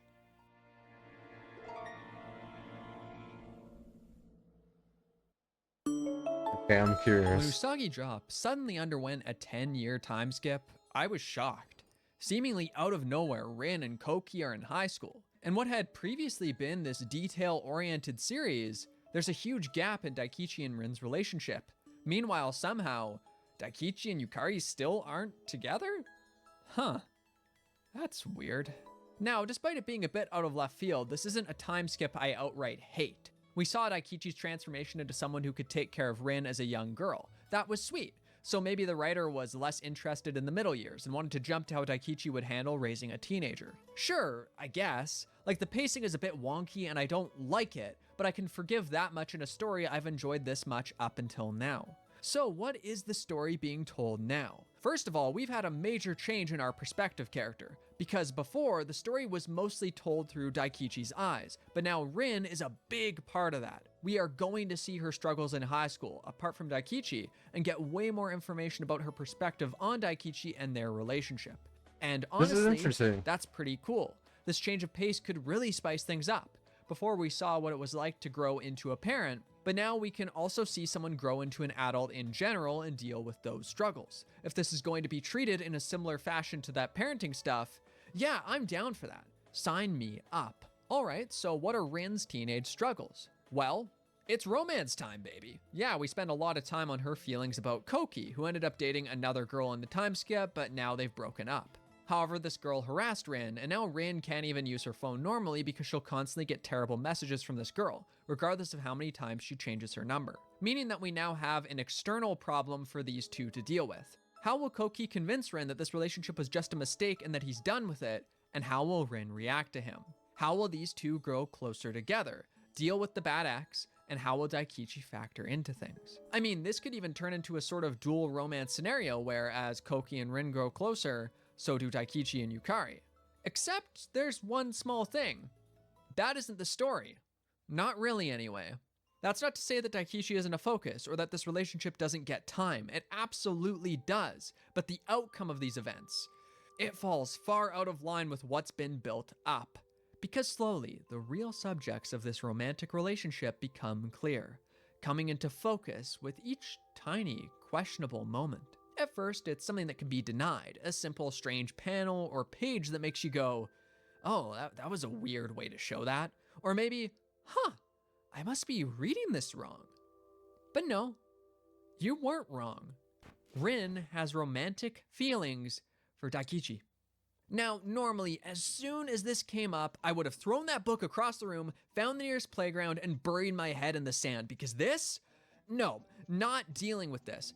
I've seen this trope before. In plenty of stories, older dudes end up with the younger person. Sometimes even those they were basically parents to, or at least those they held positions of authority over. I can think of a bunch of manga off the top of my head, but would these be spoilers? Whatever, it's true, it happens. I don't like it. I had also heard that Usagi Drop had a bad ending. So this, as soon as this popped up, I should have jumped off this train and gone straight on the tracks. But folks, I was huffing the copium because somehow I still hoped that this was wrong. Maybe the romantic subplot was disliked, but would ultimately resolve in a relatively tasteful way. What do I mean by that? Well, maybe Rin confesses this to Daikichi, or he learns of it and rejects her because he's, you know, her dad. I can't say that's a conflict I wanted to focus on, but hey, maybe it would serve as a way for Daikichi to solidify his feelings for Rin as a father. And at first, he does push back. He clearly can't handle this idea. He raised this girl, he bathed her and changed her wet bed sheets. He took her in when she had nowhere else to go. He's never looked at her like that. He's never considered it. This sacrifice was worth it because of how much he grew and because he had a daughter. Even if it was never explicitly stated, that was the clear implication, the thing that any reasonable reader would pull from this story. As for her romantic feelings though, well, there are a whole bunch of problems. Like, what's Koki gonna think of this? Like, we spent a ton of time on that, and this is a competent story. There's no way we're just gonna sideline him in that relationship. Is there? Wait a minute, what? He doesn't care that much about her having romantic feelings for Daikichi? He even says that if Rin can't be with him, he would rather she be with Daikichi than someone else. That's... Oh no. Okay, but what about Rin's biological mother? Yeah, they've connected at least a little in the second half, so maybe she'll be the voice of reason. I mean, Rin is actually related to Daikichi, so this doesn't even work anyway, but... Oh, what? Oh, great. So they aren't actually related. We saved that just for now, just so that this could happen and we could be told that it's apparently fine. And the mom's kind of encouraging it? What's going on? Where am I? What story am I reading? Why isn't anyone giving her good advice? Why isn't anyone being responsible? Kid, this is your dad. But you know what? I think I know why no one's pushing back. Because if the characters don't fight it, maybe the reader won't too. So sure, anyone who could push back isn't addressed, or they just decide it's fine, or the likes of Yukari is just kinda written out when she marries someone else out of... Okay, this makes me really curious about the fucking thing. He fucking describes it fucking well. What the fuck is going on? Okay, I wanna know. Nowhere, and everyone acts like it's normal, because if they act like it's normal, then maybe I'll go, well, all my friends are doing it, and hop along. But my parents taught me not to follow the other kids off the edge of that metaphorical bridge, and I'm not ready to soggy drop yet, buddy. Or maybe I am, because I still kept reading. I still kept hoping, because surely Papa Daikichi himself would step in and put a stop to this. He has to. He's her dad, right? Right? No, I'm not right. I've never been right. I've been wrong this whole time. When I think about it, there were moments earlier that should have clued me in, weren't there? Like this scene where Rin says that Daikichi isn't a dad to her, he's just Daikichi. At the time, I thought it was just cute, a way of giving Rin some extra personality. And how about when Daikichi said he would hold her when she was a granny if she wanted? Oh no, that wasn't cute. That was horrible. That's disgusting. It was here all along, right in front of my face, and I was too stupid to see it. So yeah, Daikichi decides he'll be with Rin romantically now. She's just gotta wait till she's done high school first, and then they'll...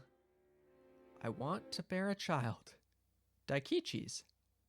Then, you see, I'll definitely make that child happy. Just like me. Right here, this line, this moment, it shows plain as day why this is one of the worst endings I've ever seen. Because, while there are certainly other manga that have moments like this, I've never seen it done in such a horrible way. And why is it so horrible? Because I didn't sign up for this. As much as I'm saying we have recontextualized prior material, come on, how was I supposed to know it would lead to this? This story was so wholesome, so pure, that I couldn't help but let my guard down. I didn't consent to this. But no, this whole series has been a farce, leading to this strange moment where their romantic relationship is supposed to be validated by Daikichi being a good father. Except he isn't anymore, because he's gonna marry his daughter, because that not a sacrifice moment I love so much was a lie. I don't get to love it anymore. Before, it wasn't a sacrifice because he loved his child. Now it wasn't a sacrifice because he gets to make love to his child. Oh man, I think I'm gonna be sick. And what else is there really to say? I feel sick. This is gross. This is wrong. I hate it in the truest sense of the word. I despise what the story represents, and I despise that it strung me along like this just to trick me. There should have been a disclaimer. There should have been a warning. There should have been something. If the mangaka really wanted to make this story, whatever, you do you, but I'm gonna stand in the opposite corner of the room and you gotta tell me what you're up to. But no, they didn't. I read the whole thing. I enjoyed the first half, and throughout the whole second half, I hoped, and I kept hoping, that this somehow wouldn't end the way it seemed it would. But it did. Because this manga betrayed me. No, this manga betrayed us all. Thank you for watching this video. I hope you enjoyed it. It was interesting. Yeah, some stories are like this, and I think that like if you have the talent to actually like create this type of relationships and actually subvert the expectations, I will not. I find it also like kind of strange, this type of like dynamics. But I will tell you, for some artists, it is what's important is not to be people pleasers, but to make you read something, and to make you discover a story that you won't forget. And apparently, like the way he says it, it was still like it wasn't a fucking etchy manga, or like it was still emotional like the second part, right? So I'm guessing that like it is something that it is something, it is still something that like, you know, the artist succeeded at subverting your the expectation of the viewer. And I think that it is a success within it all. So let me just, so yeah.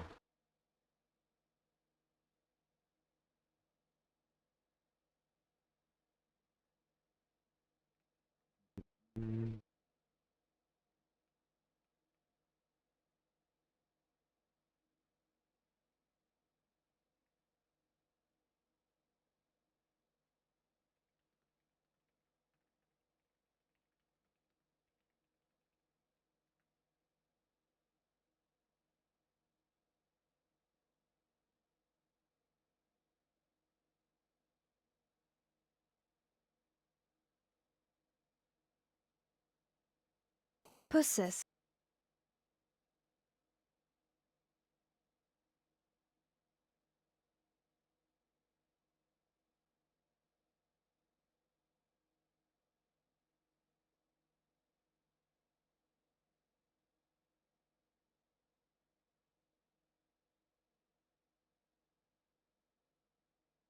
I think that I've fallen. Okay, so the last one I actually want to check out is actually about Final Fantasy. I am a WoW player. Did you know this? You didn't. Well, too bad. But wait, just give me a second.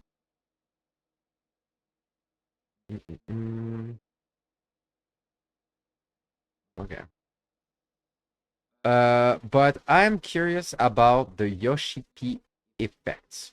Yoshi P is basically like the lead game designer for Final Fantasy Online. And everyone praise him for like good reasons. The dude is absolutely a sweetheart, apparently. And some dude actually like takes the time to like do a critique about this character because he's really active. I think that I've fallen out of love with fun. He is really, so Yoshi P is basically like the main game designer when it comes to Final Fantasy Online, right? The MMORPG. And the thing is that like I don't know, but what I know is that like he is really active within the community and absolutely adulated. He's absolutely loved by the community. So, but I don't know much more than that. That like people fucking love him. And there's this dude. The problem with Yoshi P, another critique, like I want to know more about like Yoshi P in general, and and who is like I don't know,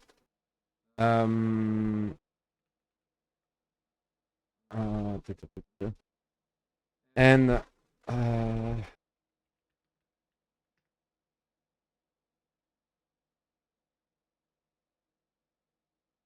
yeah, and I want to know what is what is the actual opinion of someone who actually loves Yoshi P, loves the Final Fantasy, what it's like. I'm just curious of the this character because it is rare. It kind of makes me think about like someone like Gab Newell when it comes to Steam. You know, like it makes me it reminds me of someone like Gabe Newell from Steam. So I want to know. I'm curious. So let's check this out. Final Fantasy XIV. Now, I know what you're thinking. This is going to be another video essay about how terrible Dawntrail is, right? No, not exactly, because my moment of realization wasn't in the middle of a cooking competition with Wukla Mod. As a matter of fact, it wasn't even while I was playing Final Fantasy XIV. It was while I was playing Final Fantasy XVI that the spell finally broke. I want to make one thing clear. I'm a normal guy, I have a normal job, a budding independent business, a couple of dogs. I don't have a ton of time to play video games, let alone make videos for this channel. Thus, in order to avoid wasting my limited time, I don't buy games that I don't scrutinize heavily first, and I certainly don't appreciate when games disrespect what little time I have. Final Fantasy XVI was one of the few games that I've ever purchased on faith alone. Faith that was founded in my experience with Final Fantasy XIV, which at the time of 16's release, I would have considered both the best MMORPG on the market and the best narrative in a video game. I know, that's a bold claim, but Shadowbringers was really that good. For those of you who are uninitiated, 14 and 16 are both products of Creative Studio 3, or as it was once called, Creative Business Unit 3, so it shouldn't come as a surprise to any of you that the two games bear more than a few similarities. In fact, they're alarmingly similar in almost every way outside of fidelity, and of course one being an MMORPG and the other being a single-player game. I'll be blunt, Final Fantasy XVI kinda sucked. I acknowledge that the visuals are gorgeous and that the music is wonderful, even if it is just Eureka, and the boss encounters had the budget of a small country's gross domestic product, but the game itself kinda sucked. 16's world was barren, uninteresting to explore, and entirely devoid of danger. The most threatening thing awaiting you in 16 is the laundry list of uninspired side quests that offer neither an intrinsic gameplay experience worth having, nor an extrinsic reward worth suffering for. Its combat appears intensive, but it masks its shallow systems behind overwrought visuals to keep you from realizing that the enemies you've been fighting haven't swung their weapons in about 6 or 7 seconds. 16 even has the gall to present the player with a crafting system which offers statistical upgrades in order to create the illusion of progression and customization, but the system exists to fulfill a feature quota rather than being something interesting to interact with. Does any of that sound familiar to you? What other game might that list of flaws also describe? I just can't put my finger on it. If you guessed Final Fantasy XIV, then congratulations, you've been paying attention, and you've won today's special prize. Please collect a free copy of a good MMO on your way out. In my mind, the developers of my favorite MMORPG would surely create a masterpiece with all of the financial backing of Square Enix and a full-length AAA development cycle, yet the result of that effort was one of the most restrained, lifeless, and quite frankly boring games I've ever played. So, who's at fault? Hence the title. I know, everybody loves Yoshi P, and you're already upset that I would even suggest that his stewardship of these two Final Fantasy entries has been anything less than stellar, but you have to agree that if there's an issue, then the buck has to stop somewhere, and what better place than with the director? So hold off on disliking the video just yet. Let me make my case, then you can dislike it.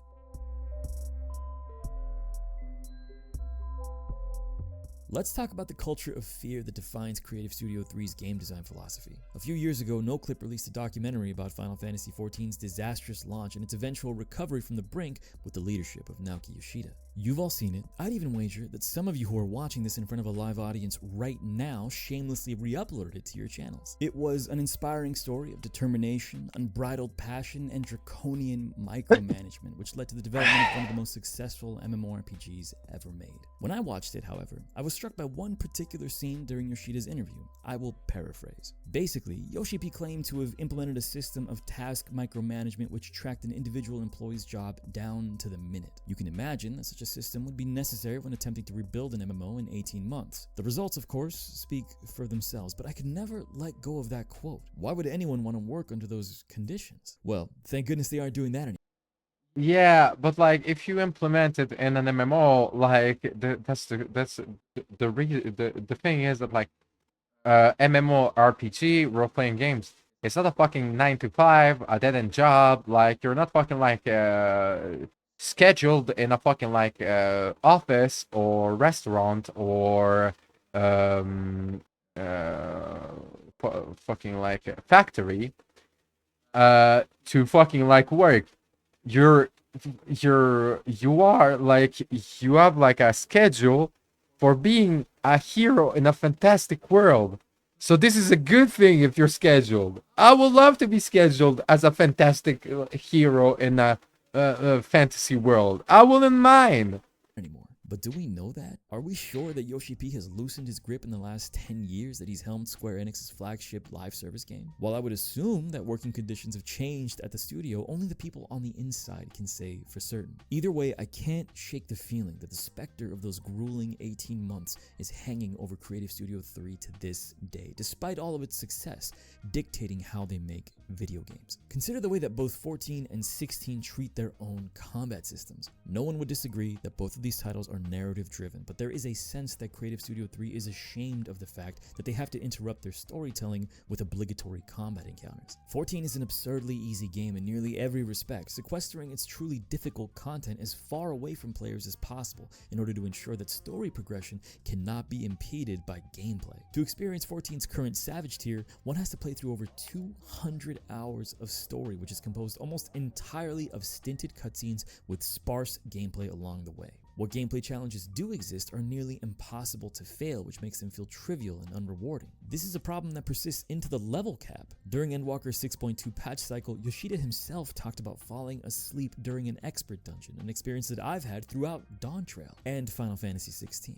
Despite boasting a combat system built in part by Ryota Suzuki, who led the design of the combat in Devil May Cry 5, 16's gameplay is similarly toothless. The general difficulty is extremely low, with enemies of every variety, from your standard spider in a forest to an S-rank hump mark, offering little to no threat throughout the course of the campaign, which, by the way, must be completed in order to access Final Fantasy mode, which increases the difficulty to a more acceptable level. Again, push the good stuff as far away as possible. Funny enough, you can actually decrease 16's difficulty further by wearing the timely rings, which trivialize combat mechanisms such as using Torgal's abilities or dodging enemy attacks or even performing combos. These accessories are optional, of course, but they're emblematic of Creative Studio 3's fear that a player will be unable to overcome a gameplay challenge and, as a result, miss the opportunity to experience the next cutscene. Thus, they build their games to be nearly impossible to fail, smoothing out the rough textures that make playing video games interesting, and then they hide any semblance of challenge as far out of view as possible out of fear that you might be scared off, all in service of storytelling.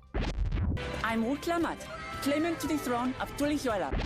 What I'm about to say applies exclusively to 14. Creative Studio 3 demonstrates more of that paralyzing fear of failure in the delivery of its content offerings. Expansions are a strict template upon which an identical experience is built. By refusing to innovate or to introduce new kinds of content or to even reinvent dated systems, Creative Studio 3 successfully evades any possible crisis while also circumventing all potential to provide their paying customers with interesting experiences. Unless they're building a mobile game, of course. In that case, pull out all the stops. The worlds that Creative Studio 3 creates are always beautifully rendered, yet painfully constrained and completely lacking in any sense of danger or discovery. As I began my journey with 16, I immediately recognized the map design as identical to 14's, which gave me some pause, because it reminded me specifically of A Realm Reborn. Consider the marshes just south of Martha's Rest. There were moments when traversing the environment, and I would see an objective across a river, but because of the restrictive map design, I would be unable to reach it without taking an unnatural detour. It felt completely unintuitive to have to circumnavigate terrain which appeared traversable. Then I remembered that as a hallmark of 14's early world design. One of the first negative impressions I had of Final Fantasy XIV was when I realized how segmented Limsa Lominsa was,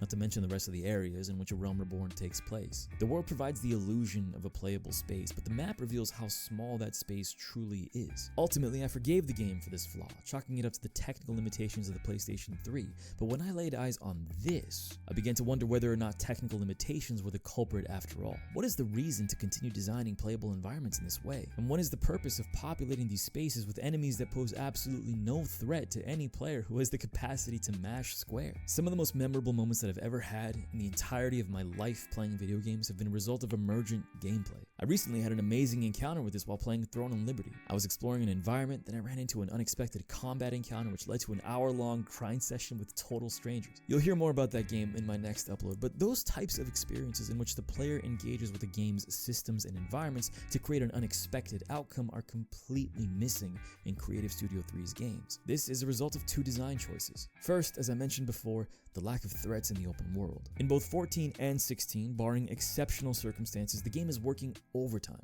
to ensure that you are never in danger while you are moving towards your next objective in the narrative. In particular, 16 has an issue with allowing the player to severely outscale the creatures in the open world, while also making it impossible for them to dismount or interrupt player movement. So you barely have to consider their existence as you run past them. If the player does decide to engage them, then the enemies usually spend most of the fight standing still, allowing you to ruin them with the same combo that you've performed hundreds of times before. 14 is similarly bland in this respect, with the exception of S-rank hunt marks, which boast unique and deadly attacks. However, those marks are typically engaged by organized hunt trains, whose sheer numbers completely trivialize the danger of those encounters. And second, the lack of discoverability in the open world. Throughout both games, 14 and 16 boast beautiful worlds which serve as nothing more than set dressing for their respective narratives. There are no hidden treasures behind waterfalls, there are no destroyable barrels with crucial consumables, and there are certainly no secrets to uncover of any kind. Creative Studio 3's world design trains the player to pay as little attention to it as possible, never having to consider his or her options against a dangerous threat, never wondering if there might be something worthwhile to discover off the beaten path. Everything exists in service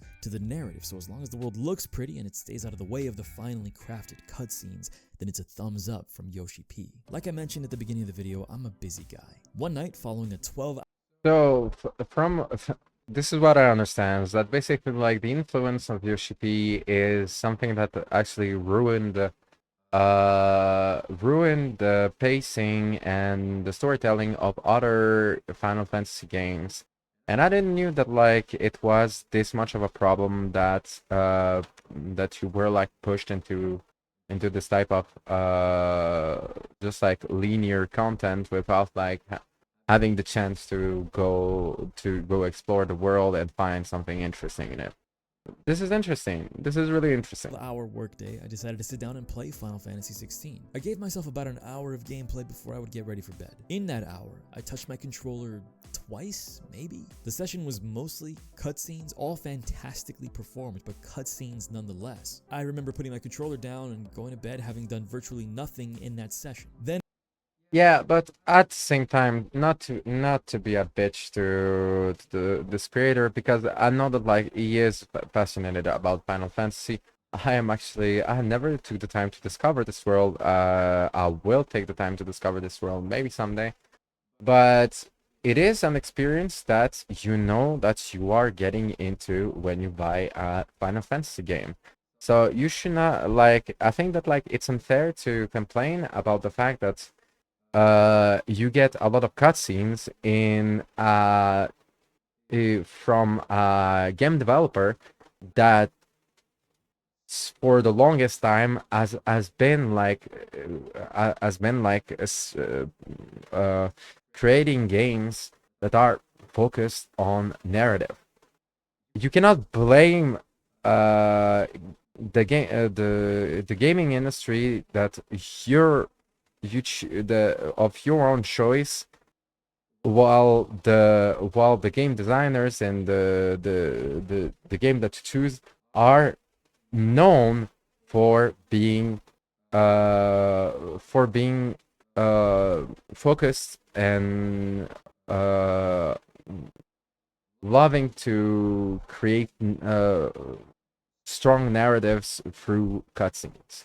Like this is unfair. I think that like this is an unfair critique, you know? And I came back the next night and guess what? The same thing. More cutscenes and almost no gameplay. I began to notice a pattern, which I realized had started as far back as my introduction to Final Fantasy XIV almost 6 years prior. Creative Studio 3 has a terrible habit of stripping away the player's agency in the story that they're so desperate to tell. At every turn in both 14 and 16, control is ripped out of your hands, turning you into a passive observer rather than an active participant in the game. This game design habit has only worsened in 14 with the release of Dawn Trail. Attempting to play through the expansion story in 1 or 2 hour intervals like any regular person with a regular schedule was torture. Like off-the-books CIA black site torture. The only conclusion that I can reasonably come to is that no one at Creative Studio 3 plays their own games the way that we play them. Now, I am well aware that Yoshi P is famously active in Final Fantasy XIV, but what I'm questioning here is whether or not anyone at that studio, particularly its vaunted director, has ever sat down to play through their game's stories in a single, uninterrupted session. If they had, then... And this is also like an unfair critique, because this is...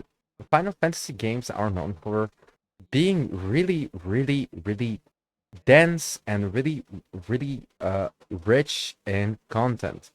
You do not fucking finish a Final Fantasy game in one setting in one playthrough. You cannot fucking do that.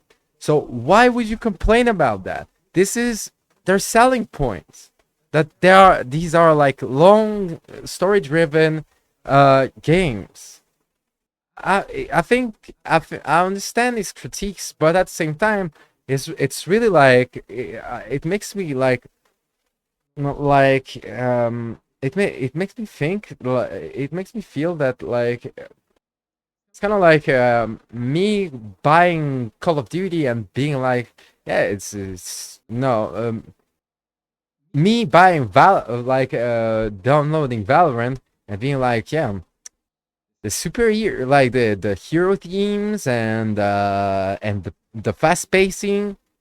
Do they play their own games? You know, and I think that like, and it's just that's the selling point. That is fast paced. That there are like hero powers, and I think that's why his critique is really unfair because it's this is basically like why you buy a Final Fantasy game, not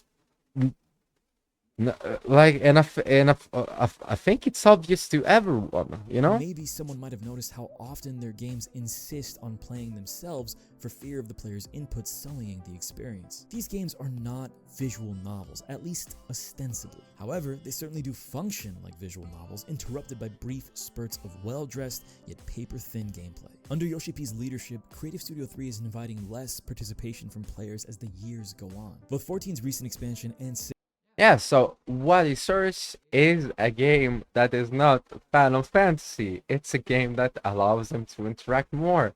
Because like these games have been running for years, decades already. Like if it's not what drives you and what interests you, because for me, for example, to me it's not my thing. But if it doesn't drive you anymore, it's fine. But it's not the fault of the game developer. It's because you change because you this dude changed his mind, and I'm guessing it's sad that like it doesn't get the experience that he searched for in his favorite game.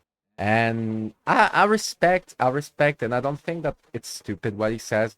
I just think that like it should allow himself to to broaden his horizon and to try something else that allows him to get what he wants.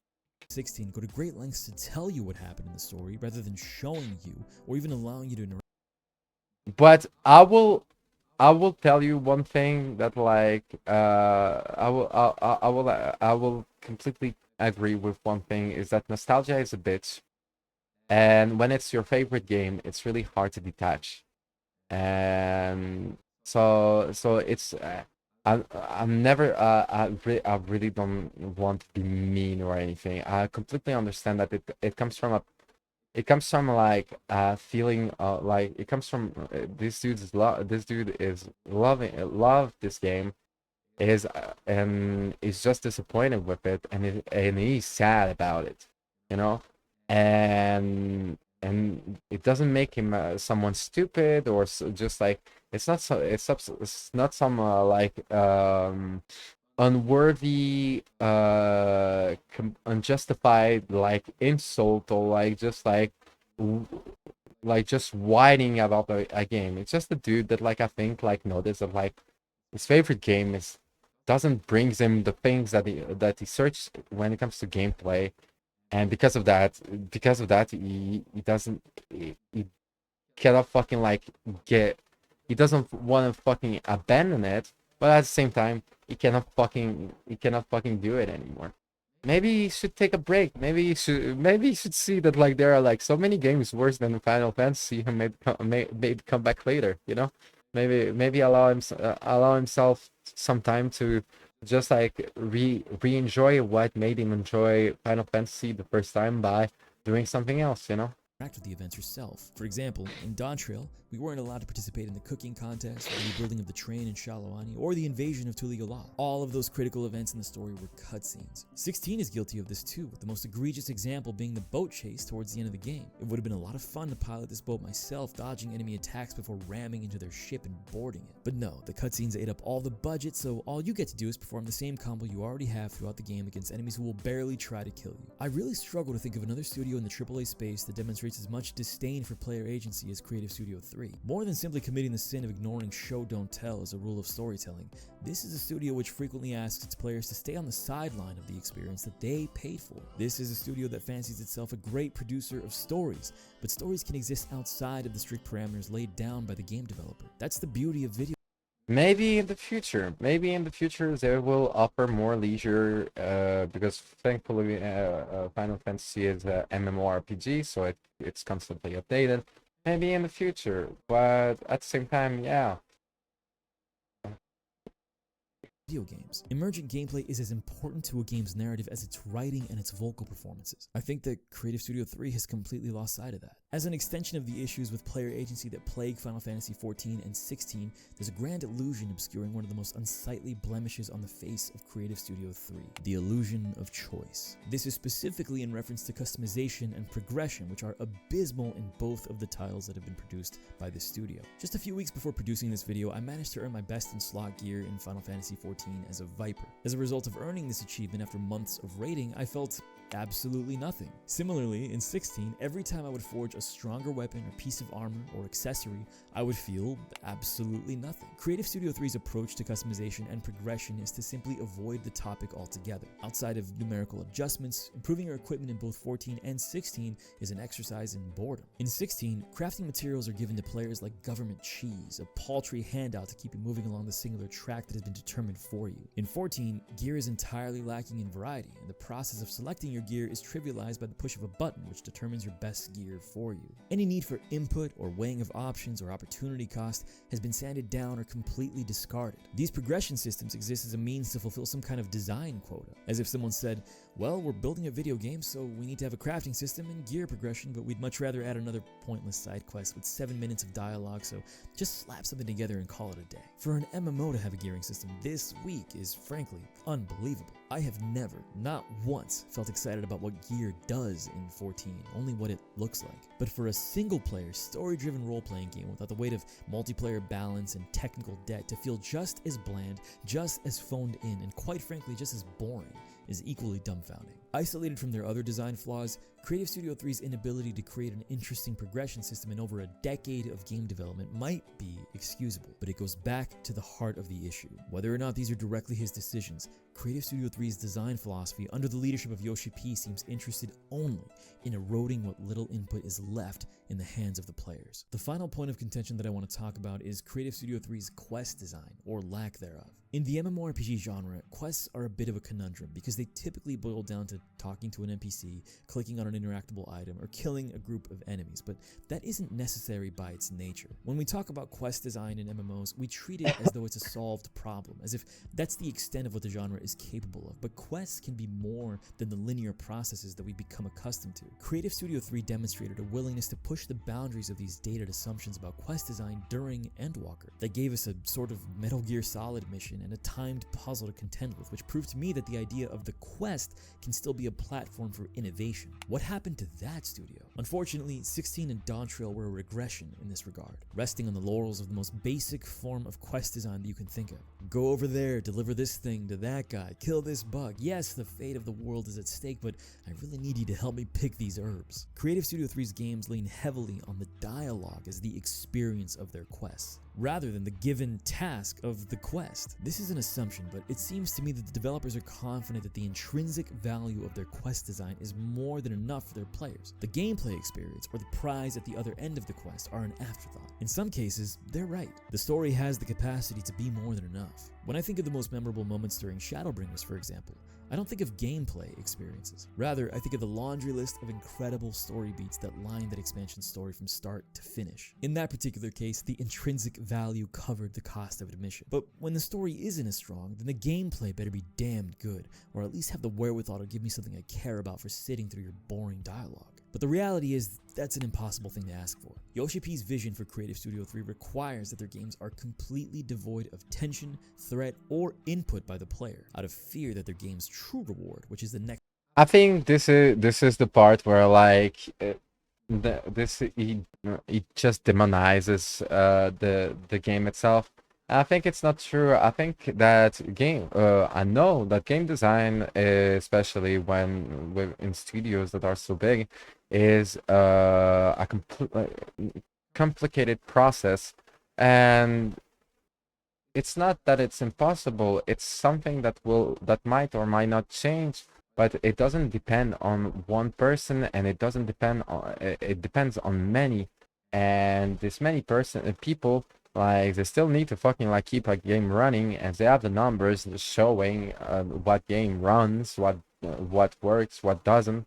But at the same time, like, I think that like demonizing the game and telling yourself like it's impossible that like it will be better again, you know, like it's actually doesn't bring anything to the conversation. You don't know, no one knows, like maybe, like, but why not choose optimism rather than pessimism in cases like this, you know? Next cutscene will go unseen. To that end, their worlds must be built as set dressing for the story rather than spaces in which emergent gameplay can take place. Traditional progression systems threaten the delicate balance of their game, so they must be reduced to linear statistical advantages, lest they overwhelm the player with having to make a choice. And because the player cannot be reliably trusted to participate in a theatrical scene exactly as the developers envisioned it, they're forced to wrest control away from the player over and over again. And I will tell you, in WoW, it's World of Warcraft. It's actually the opposite, where some people complain that we actually become a part of the theatrical scene too often. You know, like, so you know it really depends. But like, I think that like choosing optimism rather than pessimism and demonization is something that people should do more often, because like at the end of the day, like, life is not as depressing as people fucking tend to describe it, and but always staying within this like aura of pessimism and aura of critique that like things will they're set in stone and it will never be better or whatever. This is what actually manifest these type of events. The fact that people stay in this negative mindset all the time, instead of being optimistic and simply trying to create a beautiful change within the life of others, rather than being like, yeah, this is done and fuck it. And might as well fucking not enjoying it and fucking be mean about it. Well, you can accept the truth, that the truth is not always beautiful, that the truth is not always what you want, but that the truth can be changed if you don't choose to fucking like to legitimize it by being pessimistic about it, by being mean about it, by being by being so discontent about it. Try to find another way. Try to find a way through optimism. To ensure that the gameplay doesn't get in the way of the narrative, which, as you know, is the most important part of a video game. I understand that for many of you, Yoshi P is something of a primal. People become incredibly emotional when you have anything negative to say about the products that he stewards, but remember, Naoki Yoshida works for a company. He's at the helm of an organization which creates products which you pay for. Some of you have given... And this is something that like actually Yoshi P does. Like, you're talking about positivity and negativity, right? Being pessimistic and optimistic. Well, Yoshi P, what does he do? And what I never played Final Fantasy. The only thing that I know is that he pushes the community to be better by being joyful, by being like optimistic, by being like happy, you know, by sharing this happiness with others, and not this fucking like not this fucking contagious like negativity and criticism and fucking like fuck that. Like be more positive about things, and you'll see that like even if it sounds impossible, you might, because if you choose to be the positive, choose optimism and altruism, and actually to instead of like doing a critique of something, but instead bringing solutions, with was changing the tone of your of actually not talking about a critique, but talking about something that like could be better, something that may be improved.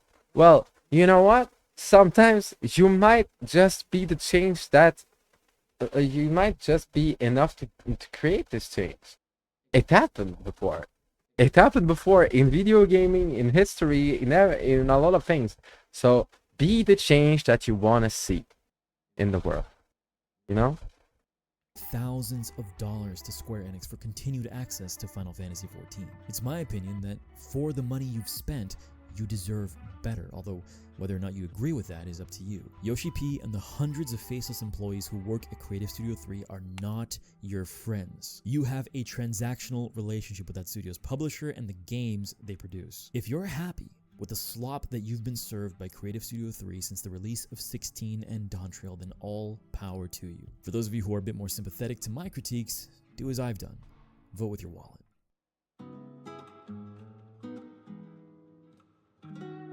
Well, everybody, that is the end of that scathing essay. I'm looking forward to the public's reception of it. To be fair, I've been maybe mean to this guy, but I will tell you that this man is not someone that I dislike. He's not your usual fucking like rage baiter and like type of person. He's just an emotional dude that fell in love with Final Fantasy and that saw Final Fantasy change, or he changed, you know? And now I cannot play it anymore because it doesn't make him feel happy the way it did. And even if it didn't say it, this is actually like the real the person that the type of person that is like doing this critique, not someone that is just raging and like crying about it, like just being mean about like stuff and vulgar about. No, it's just a man that like lost his safe space, his place of fantasy, his place of like adventures, and he's sad about it, and I respect that. I just think that like even though it's difficult, you must choose to be optimistic. Choose optimism, because what else can you fucking do with like pessimism, you know? Well, you can actually like get views on YouTube, yeah. You can actually like fucking like do some stuff, but is that really worth it, you know? Like, so yeah. Anyway, this is the end of this stream. It's been fun. It's been actually fun. I've been slacking around like quite a lot. I'll see you later. As always, be toxic. See ya.